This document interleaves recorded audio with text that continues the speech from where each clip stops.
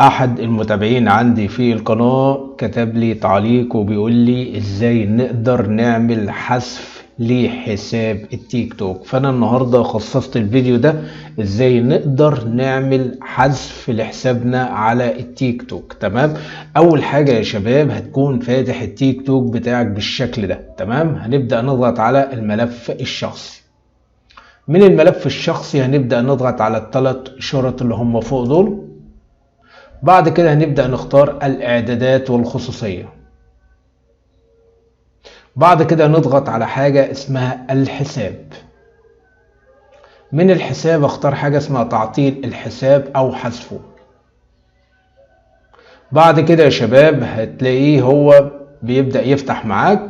هنا بيقول لك تعطيل الحساب، وهنا بيقول لك حذف الحساب بشكل دائم. هقول له احذف الحساب بشكل دائم، اختار الخيار التاني.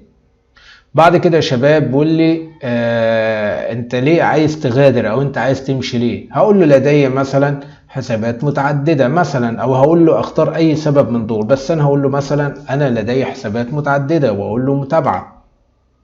لو انت عايز تعمل لها تخطي هتعمل لها تخطي من فوق عادي.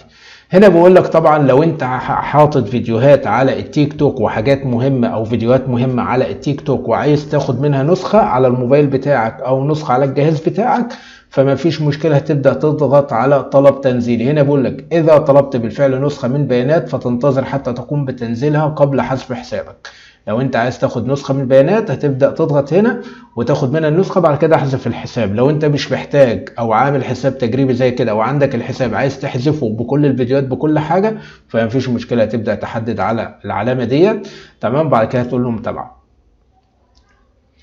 هنا بقول لك سيتم إلغاء تنشيط حسابك لمدة 30 من الأيام ولن يكون مرئي للعام. أثناء ذلك يمكن إعادة تنشيط حسابك تيك توك الخاص بك في أي وقت. بعد 30 من الايام سيتم حذف حساب بياناتك بشكل دائم. يعني انا بقول لك معاك فرصه 30 يوم، لو حبيت تتراجع عن خيار حذف الحساب فانت خلال 30 يوم هتبدا تدخل على الحساب عادي هيفتح معاك. طيب بعد ما عدى 30 يوم، يعني 30 يوم عدوا وخلصوا خالص، فكده بالتالي هيتم حذف الحساب وبياناته بشكل دائم. يعني كده خلاص تم الحذف. بعد ال 30 يوم ما يعدوا هيتم الحذف نهائيا. تمام، طيب انا هقول له هنا اعمل لي متابعه بالشكل ده يا شباب. هيبدأ هنا بيقول لك ادخل كلمة المرور. هبدأ احط كلمة المرور. طبعا هنختار كلمة المرور طبعا.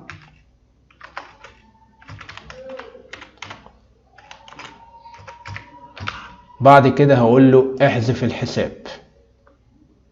حساب عمرو 137 46. تمام، هقول له ايوه اعمل حذف للحساب.